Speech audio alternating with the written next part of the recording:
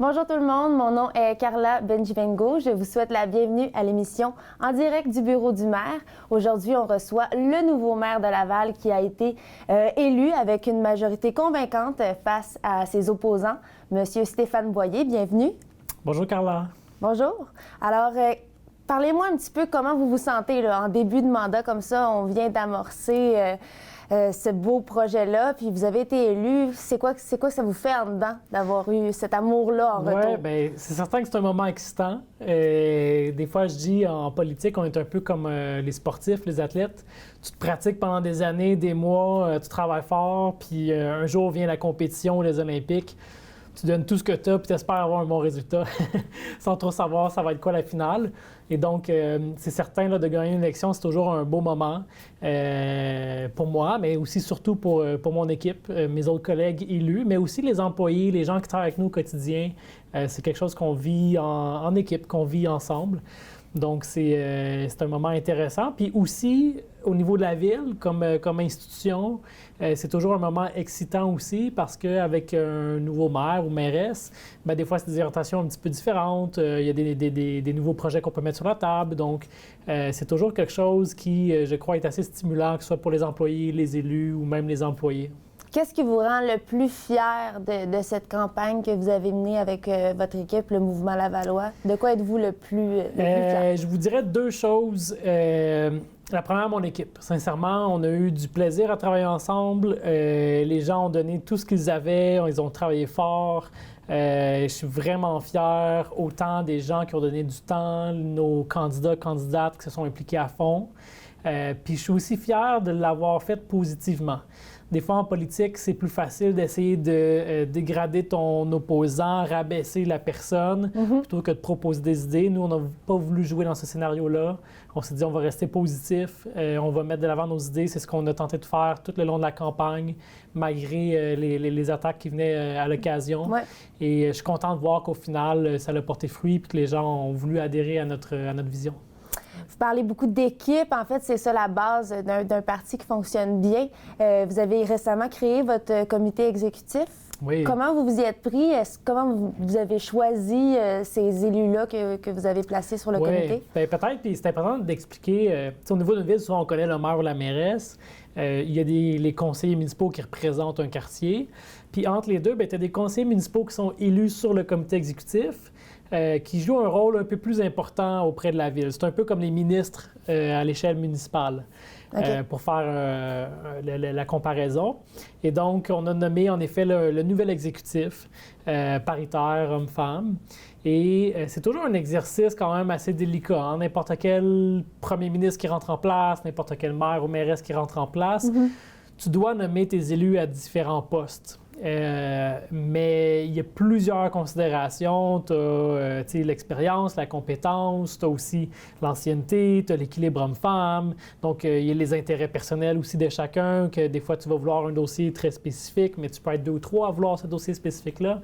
Et donc, c'est toujours un exercice quand même d'équilibriste. Parce qu'on ne veut pas faire de chicane. Ben non, exactement. Tu ne veux pas faire de chicane au sein des élus.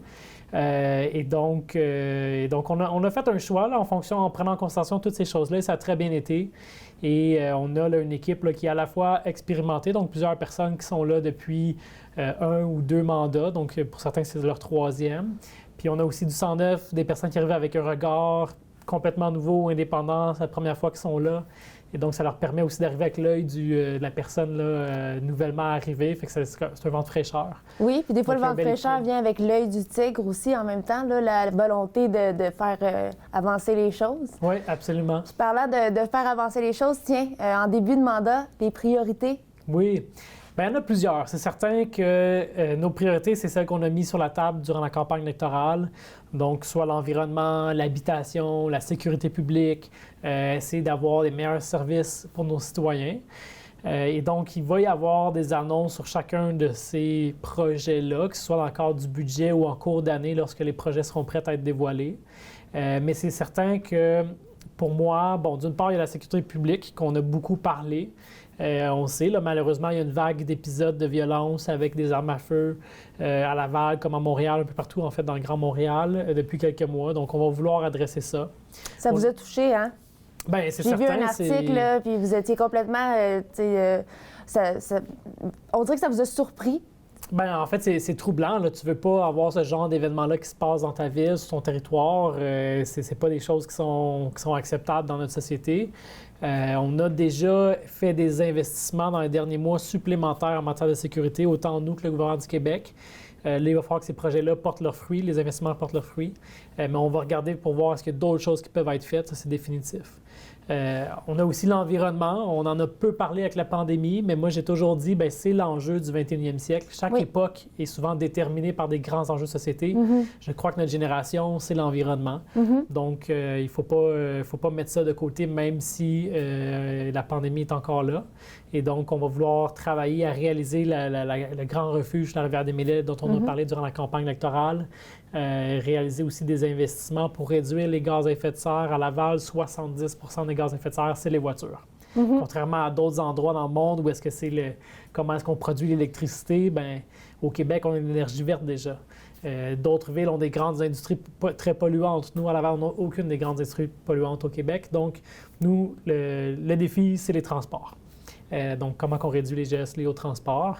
Et il y a aussi l'habitation. Avec la pandémie, il y a eu une surenchère au niveau des maisons, des condos, mais aussi du logement locatif. Ça devient de moins en moins abordable. Puis c'est un enjeu fondamental parce que en fait, l'habitation, c'est la plus grande dépense qu'une famille fait dans sa vie. Et c'est sûr que si on met tout ce qu'on a pour payer notre hypothèque ou notre loyer, on a beaucoup moins d'argent pour la qualité de vie, pour payer des services pour nos enfants, pour sortir. Tu sais, le Grand Montréal, en fait, est reconnu comme une métropole culturelle, gastronomique. Il y a des festivals, il y a plein de choses qui se passent. Mais c'est aussi parce qu'on a de l'argent de libre pour justement se divertir, ce qui est moins le cas à Toronto. Et donc, il faut garder ces acquis-là. Donc, moi, pour moi, ça va être important là, de s'assurer qu'est-ce qu'on peut faire pour réduire le coût d'accès à la propriété. En fait, là, le mouvement Lavallois, vous décrivez votre vision comme étant audacieuse. Est-ce que c'est un petit peu ça, le côté audacieux, c'est de vouloir justement faire rayonner Laval, de vouloir que le transport en commun, ça fonctionne, qu'on donne une grande place aussi à l'environnement. Comment qu'on fait pour mettre toutes ces choses-là puis que ça réussisse à fonctionner? Bien, c'est...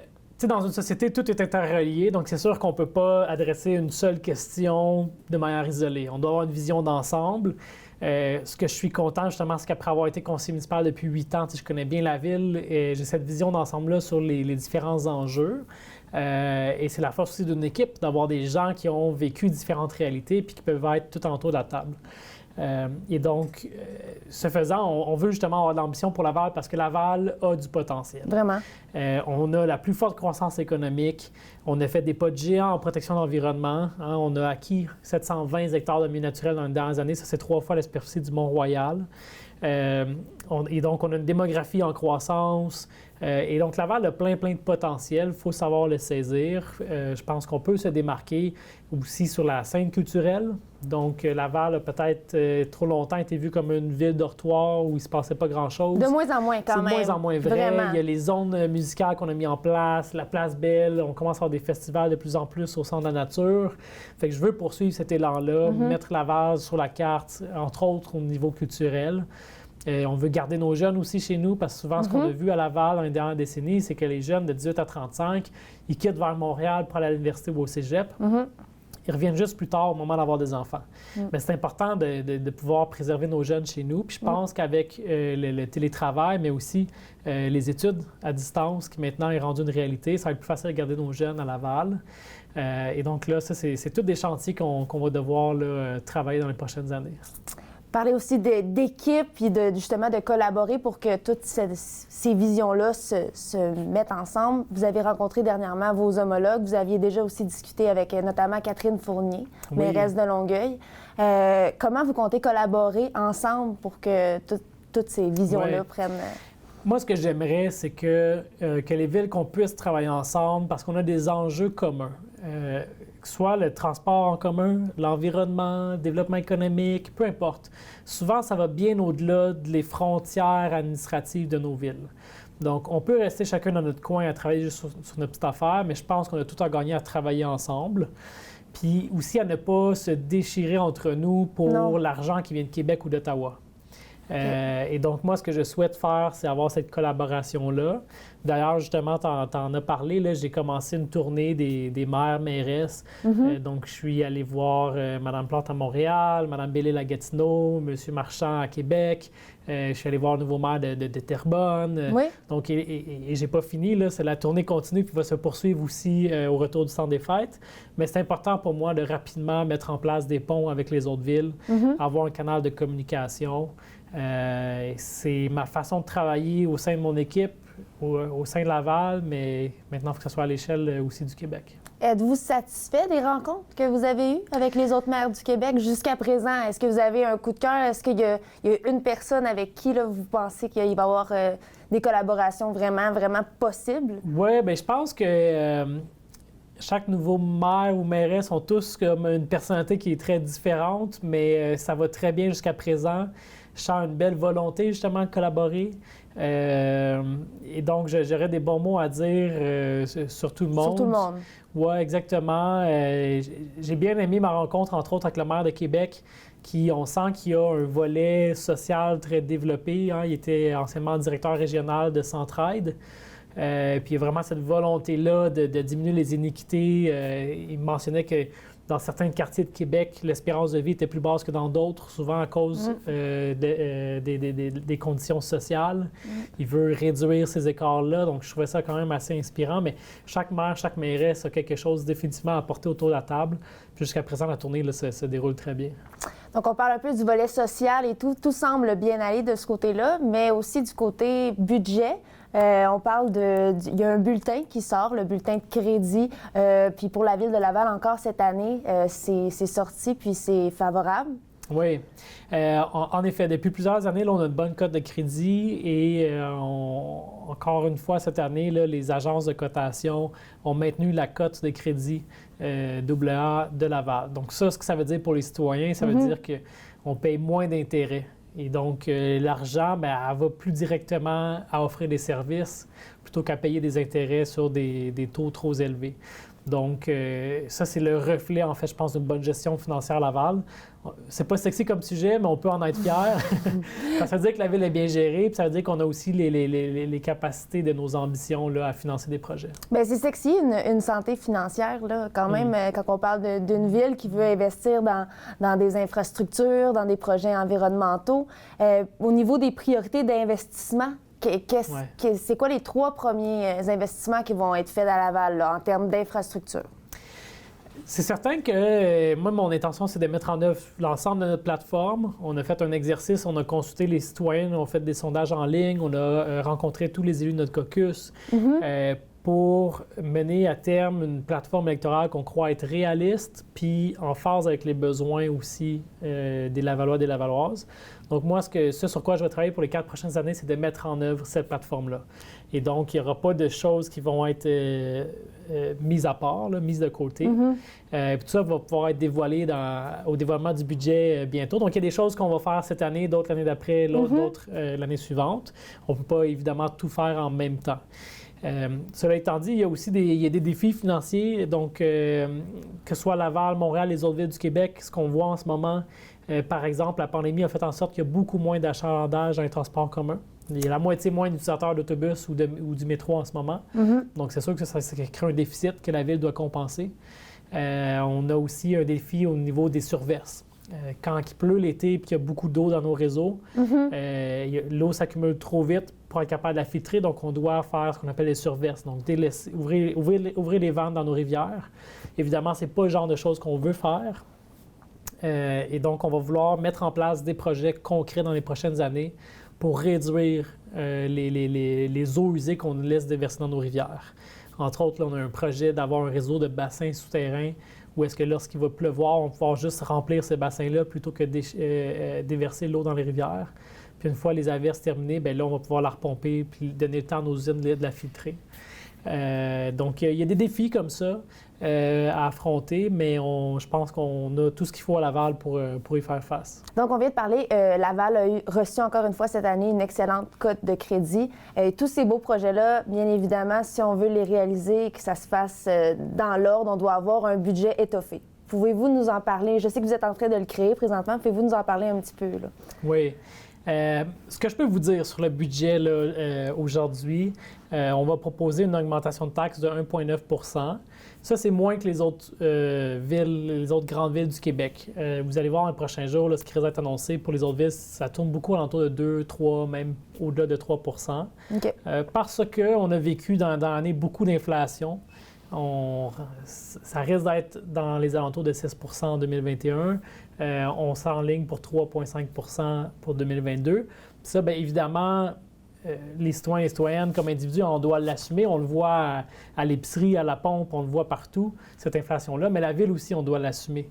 On doit, lorsqu'on a des baux, des locations, qu'on achète des produits, des services, mais nous aussi, on doit payer plus cher. Et donc, on n'a pas le choix d'augmenter les taxes. Mais une chose qui est importante, peut-être, vu qu'on parle des taxes, une chose qu'on doit expliquer, c'est que parfois, on a l'impression que parce que les maisons prennent de la valeur, la ville a plus de revenus. Mais ça, c'est faux. En fait, la ville, on diminue notre taux de taxation pour compenser l'augmentation en valeur. Donc, quand on dit qu'on taxe de 1,9 % en fait, ça veut juste dire qu'on augmente notre budget de 1,9 %. Puis là, il y a plein de subtilités là, que je vais vous épargner. Mais tout ça pour dire qu'en fait, on va venir augmenter notre budget de 1,9 % via la taxation, mais le taux de taxation des résidences va être diminué pour compenser le fait que les maisons ont pris beaucoup de valeur dans les dernières années. Toujours dans le fabuleux thème de l'argent, hein, parce qu'on s'en sort pas, ça prend de l'argent. Les maires, cette année, qui étaient en course pour les élections, la plupart, certains ont promis de baisser leur salaire. Ça vient d'où, en fait, cette idée-là, puis de où vous êtes parti pour dire, moi, c'est pas parce que vous allez offrir un travail qui est moindre, parce qu'au contraire, vous vous impliquez beaucoup. Non, c'est sûr. Mais... Oui, ben en fait, c'est...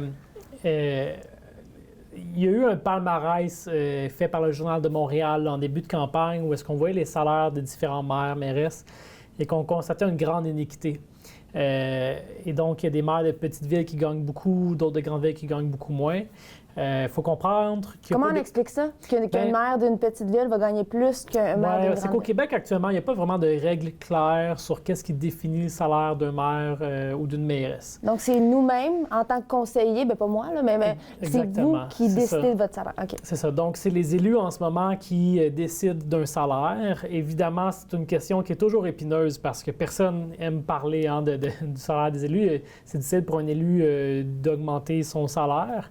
Mais moi, j'ai toujours trouvé qu'on était en conflit d'intérêts là-dedans, d'avoir à choisir notre propre salaire. Je crois que ça serait quelqu'un de plus neutre, indépendant, qui devrait mettre des balises. Et l'idée, c'est pas de dire qu'un maire travaille pas beaucoup, parce que ça, je l'ai entendu. En fait, moi, en voyant, en constatant que le maire de Laval faisait beaucoup plus que le maire de Québec ou de Montréal, j'ai décidé moi-même d'annoncer que je réduirais le salaire du maire. Et s'en ont suivi d'autres villes qui ont pris le même pas, qui ont emboîté le pas, que ce soit à Longueuil, à Repentigny ou à Varennes. Donc, vous étiez le premier à lancer cette...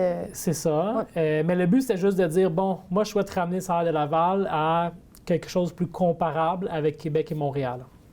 J'ai entendu dans les médias certaines personnes dire, oui, mais si on veut des bons gestionnaires, il faut avoir des salaires qui viennent en conséquence. Je pense que l'idée, quand tu es en politique, tu n'es pas embauché pour être un gestionnaire. Quand tu vas en politique, tu y vas pour défendre des idées, tu y vas pour défendre une vision que tu as pour ta ville, pour ta province, pour ton pays. Évidemment, c'est beaucoup de travail, puis il faut un salaire qui est juste, qui est adéquat. Mais je pense que le salaire qui est proposé de 190 000 est totalement, en tout cas moi, mais amplement suffisant. Je ne suis pas en politique pour l'argent. Fait que ça ne me dérange pas de diminuer le salaire si c'est pour être plus équitable par rapport à d'autres grandes villes du Québec. C'est pas votre motivation première, l'argent, dans le fond. Ben non, puis je pense que ça ne doit pas l'être. Quelqu'un qui est en politique avec la motivation première de faire un gros salaire, je pense qu'il y a un problème. C'est justement ce qu'on ne veut pas. Cela étant dit, je pense qu'il faudrait que Québec intervienne pour justement mettre des balises. Il y a eu un débat il y a quelques années dans le monde municipal où est-ce qu'on demandait au gouvernement provincial d'avoir plus de pouvoir, de reconnaître les villes comme un gouvernement de proximité. Et il y a eu à l'époque une loi qui a été passée justement pour donner plus de pouvoir aux villes et donner plus de pouvoir en termes de rémunération des élus. Mais moi, je pense que c'est de faire fausse route. Les villes, quand on dit qu'on veut plus de pouvoir, pas par rapport à notre salaire d'élu. On veut plus de pouvoir pour régler les problèmes de transport en commun, de développement économique ou d'environnement. Puis je donne un exemple. Durant la pandémie, la Ville, on a voulu aider nos entreprises, mais on était limité dans les pouvoirs qu'on avait d'aider les entreprises. Donc, on n'a pas tous les pouvoirs que Québec ou Ottawa ont. Et donc, c'est plus ce genre de pouvoir-là qu'on veut, nous, les villes. Bref, tout ça, pour faire une histoire courte, en ce moment, d'une ville à l'autre, les salaires varient beaucoup. Certains élus sont sous-payés, d'autres élus sont peut-être trop payés, mais le constat, selon moi, c'est que ça ne devrait pas être à nous de décider de nos propres salaires. Il devrait y avoir des balises à suivre. Donc, c'est un peu la demande que j'ai faite durant la campagne. Excellent. On va revenir un petit peu sur le sujet de l'habitation parce qu'on en a parlé brièvement, mais là, il y a un sommet qui va se dérouler sous peu. Pouvez-vous nous en parler un petit peu? Comment vous appréhendez ça? C'est quoi vos projets pour l'habitation? En fait, avec la nouvelle mairesse de Longueuil, Catherine Fournier, on a fait une sortie conjointe durant la campagne pour dire qu'on souhaitait organiser un sommet sur l'habitation parce qu'on pense qu'il est temps de revoir les règles du jeu. Avec des maisons qui ont pris 20, 30, 40 % de valeur en un an ou deux, ça devient de plus en plus difficile d'avoir accès à l'habitation pour monsieur, madame, tout le monde, puis surtout pour des premiers acheteurs. Depuis toujours, au niveau des villes, quand il y a des campagnes électorales, on parle beaucoup du logement social. Puis ça, c'est bien, puis il faut continuer à faire du logement social, puis il faut en faire plus. Mais là, je crois qu'on arrive à un point où est-ce que c'est plus juste une question de logement social, parce qu'on comprend que ça adresse une toute petite partie de la question. Là, il faut parler de l'habitation pour monsieur, madame, tout le monde. Pour la classe moyenne. Pour l'ensemble de la population, qu'est-ce qu'on fait? Et donc, c'est l'idée de ce sommet-là, c'est de dire, bien, pourquoi est-ce que ça coûte si cher avoir une maison ou un logement aujourd'hui, puis qu'est-ce qu'on peut faire pour réduire l'augmentation des prix? Qu'est-ce qu'on peut faire pour réduire la spéculation immobilière? Qu'est-ce qu'on peut faire pour la pénurie de main-d'œuvre dans la construction? Qu'est-ce qu'on peut faire contre les investisseurs étrangers qui achètent des logements au centre-ville puis qui ne les habitent même pas? Et donc, il y a toute une série de problématiques qui sont assez complexes et pour lesquelles une seule ville ne peut pas les régler.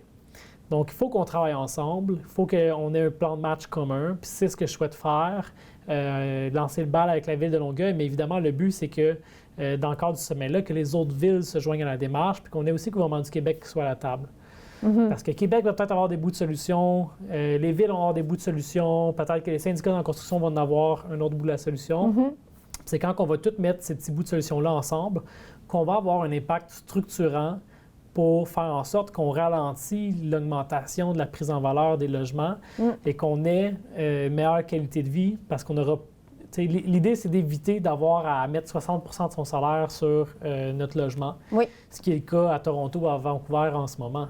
Et donc là, mais c'est un chantier de longue haleine parce que ça va prendre du temps à faire tout ça. Mais si on ne le fait pas aujourd'hui, c'est quand qu'on va le faire. Donc, je pense qu'il est temps d'élargir la discussion, aller, oui, continuer le logement social, mais maintenant, qu'est-ce qu'on fait aussi pour l'ensemble de la population? Parce que, comme vous disiez tantôt, si on met tout notre budget, notre argent sur notre loyer ou pour payer notre hypothèque, à ce moment-là, on a moins de sous pour faire des activités, puis mousser la réalité culturelle d'une ville, puis la faire rayonner, tout ça. C'est ça. Au niveau individuel, c'est certain que si tu mets la plupart de ton salaire sur ton loyer, bien, c'est plus difficile pour payer des bons services à tes enfants, pour subvenir à tes besoins au quotidien, payer les factures de la voiture, etc. Mais au niveau d'une ville, ça fait aussi en sorte que si ta population fait juste financer le logement, bien justement, ta population, elle ne consomme plus de culture, elle ne consomme plus de divertissement, donc ça fait une ville plate. Je pense que c'est la force de Montréal, a rayonné à l'échelle internationale depuis plusieurs décennies. Grâce à ses festivals, grâce à sa gastronomie, grâce à ses cirques, grâce à tout ce côté culturel-là qui est vibrant. Depuis quelques années, honnêtement, moi, je me classe dans la catégorie des jeunes quand même, puis j'entends beaucoup, beaucoup plus parler de Laval comme Montréal. Oui, absolument. C'est plus rendu juste une petite ville, c'est rendu une ville dont on parle beaucoup.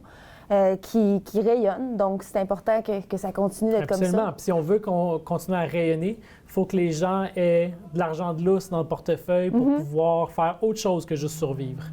Donc, c'est un petit peu ça le but là, de réduire le coût de l'habitation. tout ça, c'est des gros projets, des projets d'envergure. J'aimerais ça parler d'un petit détail cet hiver pour déglacer les trottoirs. On sait, les aînés aussi, on n'en a pas parlé beaucoup aujourd'hui, peut-être dans une prochaine émission, mais quand c'est tout glacé, ça peut être difficile pour eux de se déplacer. Tout ça, comment vous prévoyez assurer que les trottoirs, ça soit sécuritaire pour les gens de marcher? Oui, le fameux déneigement. Oui, ben oui. On a beaucoup, en fait, depuis 2 ans, on a beaucoup investi pour acheter la nouvelle machinerie, pour revoir les façons de faire, entre autres avec l'abolition du stationnement alternatif lorsqu'il n'y a pas d'opération de déneigement. Donc, on veut faciliter la vie des citoyens. On veut aussi avoir la meilleure qualité de déneigement possible. Après ça, il y a une partie qu'on contrôle, mais une partie qu'on ne contrôle pas, qui est la météo. C'est sûr, si on a un hiver qui a beaucoup de redoux, où la neige fond le jour et regèle la nuit, ça fait des rues qui sont plus glacées, ça fait des trottoirs plus glacés qui sont difficiles pour nous à régler. Si on a un hiver qui est juste froid tout le long, c'est plus facile des fois pour nous. S'il y a 3 tempêtes successives, c'est difficile parce que des fois, tu n'as pas le temps de terminer toutes tes rues, que tu dois recommencer à faire les boulevards. Donc, tout ça pour dire, on met tout ce qu'on doit mettre en œuvre, qu'est-ce qu'on peut mettre en œuvre pour essayer d'avoir la meilleure qualité de déneigement possible. Mais il y aura toujours une partie de l'équation qu'on ne contrôlera pas, qui est la météo. Et donc, on a besoin de la collaboration de tout le monde là-dedans. Puis il y a aussi une réalité qu'on peut tout déneiger en 24 heures, mais pour ça, ça demanderait une quantité d'employés phénoménale. Et si on fait ça, qu'est-ce que ces employés-là feraient les 5 autres journées de la semaine une fois que tout est fait? Donc, logistiquement, il y a des défis, mais je crois que le déneigement s'est déjà beaucoup amélioré l'année dernière et on espère, encore une fois, pouvoir répéter l'exercice cette année pour avoir un déneigement de qualité. Alors, c'était tout pour cette émission en direct du bureau du maire. Merci d'avoir été avec nous et au plaisir de se revoir en 2022 pour une prochaine émission. Restez sur les ondes de Ma TV Laval.